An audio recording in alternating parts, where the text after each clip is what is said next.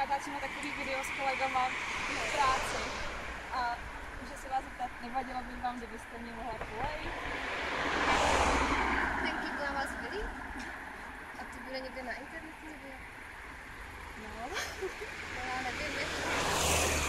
Tak dobře, no, to by vlastně napolejí, no. Ty si teda jistá, vážně vás napoliť. Jo, jasně. Tak já to